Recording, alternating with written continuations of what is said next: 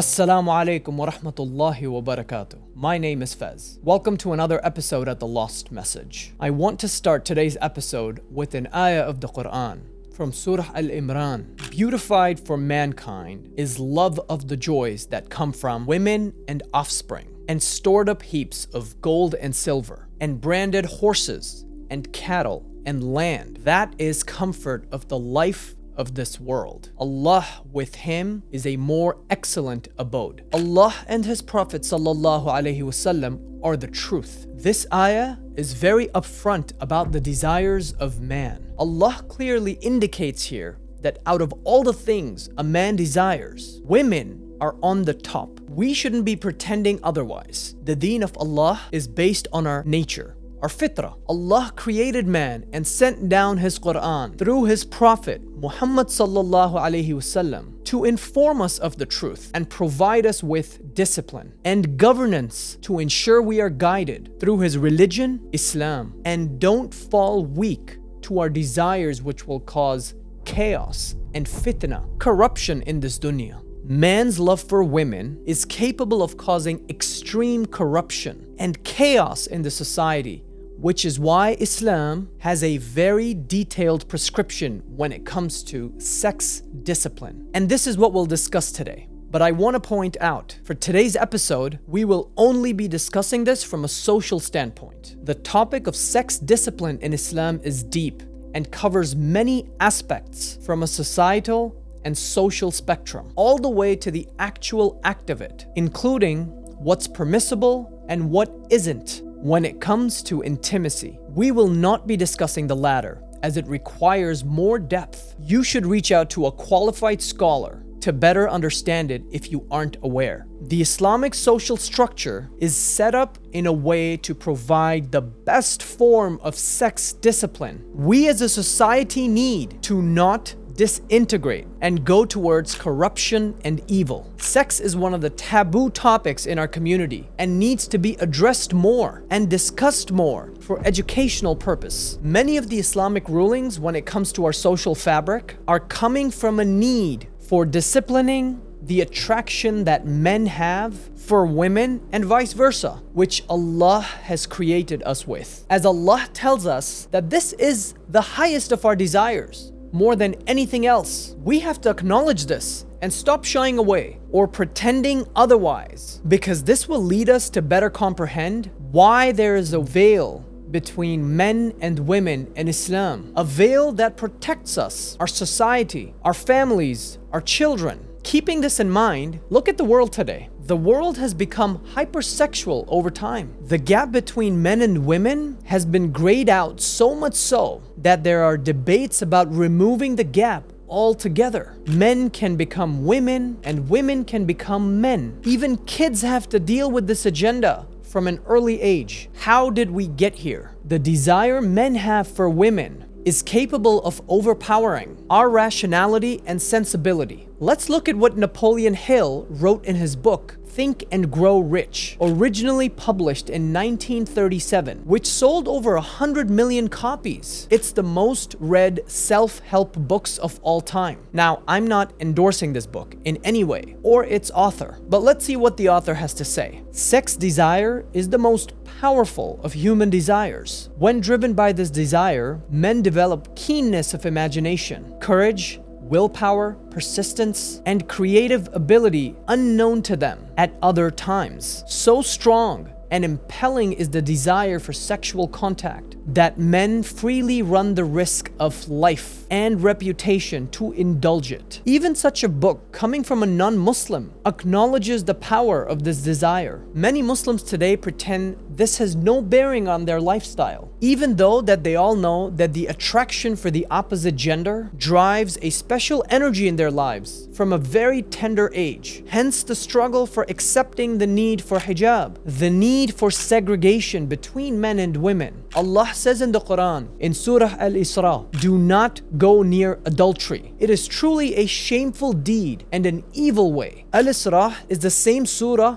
that mentions not to take human life unjustly, not to go near the wealth of an orphan unless you intend to enhance it. This surah mentions many such distinct and specific commandments of Allah. When it comes to adultery, Allah is saying, don't go near it. The surah doesn't address this by saying, don't do it or abstain from it. It takes the message a level higher and says, do not even go near it. This includes all that which leads us towards it. The concept of a mahram and a non-mahram, which is detailed in Surah An-Nisa, creates a family circle within which you are protected from walking down this path or even thinking about it. Because Islam says when you are interacting with anyone other than your mahrams, you have to abide by the hijab, which isn't just a piece of cloth, but also a form of behavior, a demeanor. There has to be reservation. If you're not aware of what is a mahram and a non-mahram, please read Surah An-Nisa carefully to understand it. There are other surahs in the Quran that talk about this as well. Allah has provided us a list of exactly which family members are your mahrams. To make it simple, mahrams are the ones related to you who you cannot marry. Your parents, your siblings, your parents' siblings, grandparents, the absolute immediates. This is not the whole list, but you get the point. Please do speak to a scholar about this if you have questions regarding the details. Non-mahrams are basically outside those who are considered your mahrams. So cousins, parents' cousins, friends, strangers, these are people you can marry from. Now, this video isn't particularly about the topic of mahrams and non-mahrams, but it's important for you to know this for context here. Again, please learn about this in depth to acquire the necessary knowledge if you don't already have it. Now, coming back to our topic, many of you might say, Astaghfirullah, you think we're checking out all non-mahrams around us and seeking to engage in such pleasure every time we come across them and see them from a sexual angle? You might feel, well, what about the so-called family members?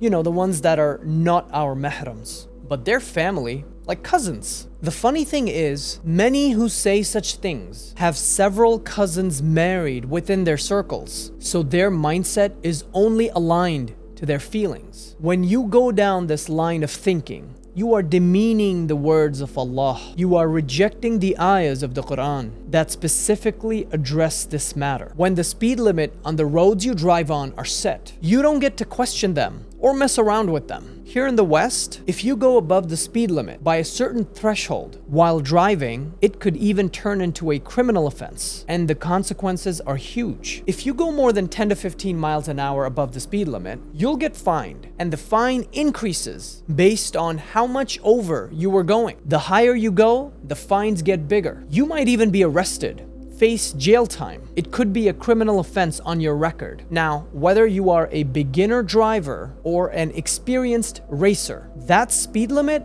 is the same for both because it is a preventative control put in place to ensure the chance of fatality is as low as possible. And you get this. It's not our opinion that matters. When it comes to following the deen of Allah, the only reason you feel this is an extremist view is because you have been corrupted to a point which allows you to, on one hand, accept the Quran as the word of Allah and then turn around and not accept that which is mentioned in the Quran. The ayahs I mentioned earlier are not matters of dispute, by the way. There is unanimous agreement on these amongst scholars, in case you're looking for that as an excuse. If you're still a little confused or your heart isn't fully accepting this, let's zoom out a bit and think of this again. Let's think of a society in today's day and age where Islam is the core structure. Men are ordered by God to lower their gaze, despite the fact that their desire for women is above all desires. Of course, this order for men is towards the non-mahram women, the ones they would be allowed to marry from. So men aren't allowed to check out women, basically. Can you imagine that? Can't check out women. Not in the mall, not at school, not at work, not on the bus, not on TV, not on your computer, not on your phones, not in magazines, nowhere. So men have to lower their gaze from all forms of sexual temptations. Their only way out of this would be to marry and then stay loyal to their spouse, take care of them, provide for them, and protect them. So living like this men don't get to see women as such sexually until they follow the orders of Allah and take responsibility for them, which goes way beyond just their sexual temptation. Women, on the other hand, who are prone to beautifying themselves and show their beauty, aren't allowed to do so in front of non-mahrams, which means the men who they are allowed to marry from. Stay with me. So to simplify this, the religion of Islam has put preventative measures in place where men can't check out women or lust over them, which they are so prone to doing. And women can't show their beauty to men that desire them so much. So when men get married, the only women they have gotten a chance to come close to and feel attraction towards and experience sexually is their wife. Women, on the other hand, would be in the same position with their husbands. What does this mean? Why is this beneficial to us? What could possibly be the benefit here? To start, the chance of sexual degeneracy, such as rape, one-night stands, premarital pregnancies, single motherhood, and abuse would be minimal. Men will have to take responsibility of women through marriage to have any form of sexual experience, which would protect a woman's integrity and respect. The chances of extramarital affairs or promiscuity or infidelity, which can cause families and households to break, would be drastically reduced. So men are protected from their own desires, which could lead them to causing fitna and irresponsible or evil encounters, and stay loyal to their spouses. Women would be protected from sexual exploitation, and children that are born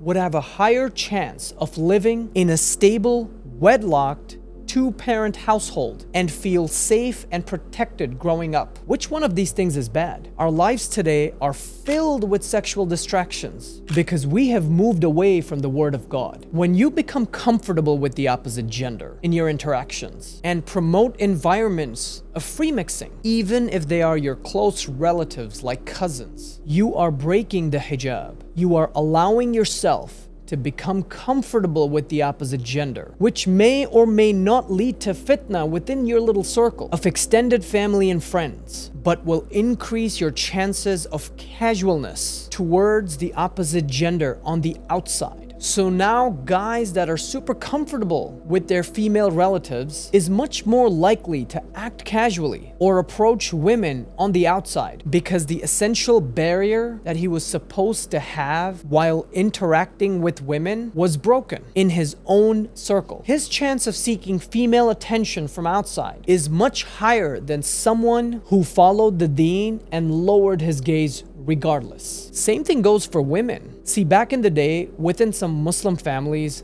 men were the ones who would step out of bounds, indulge in un-Islamic ways of entertainment, girlfriends, sex, alcohol, gambling, and partying, and were wrongfully allowed to do so, while women had strong guardrails to abide by. And then we started seeing the women of such Muslim family beginning to step out to indulge in the same things. The stigma of having boyfriends started feeling okay. Families started progressing towards accepting it as well. Dating became common and marriages became corrupted and weak. It was wrong when men did it, and it's wrong when women do it too. But you have to acknowledge that allowing leniency for men was the beginning. Shamelessness started prevailing. You can imagine what this kind of progression could look like in the lives of kids who come from such environments. You may be thinking that the examples I'm giving are extreme and rare, and I can see your point. But these examples have grown significantly in number over time. You might be feeling that you won't go down the path of such examples because you're a good person, a good Muslim, and don't objectify sexuality like this. This is subjective, of course. Subjective to you, not the deen. But here's the thing. Islam isn't based on a single person's character or the characteristics of a single community. Islam is for all of us. This is where we keep falling flat. The speed limits on the roads are for all. It's about the society, the community, law and order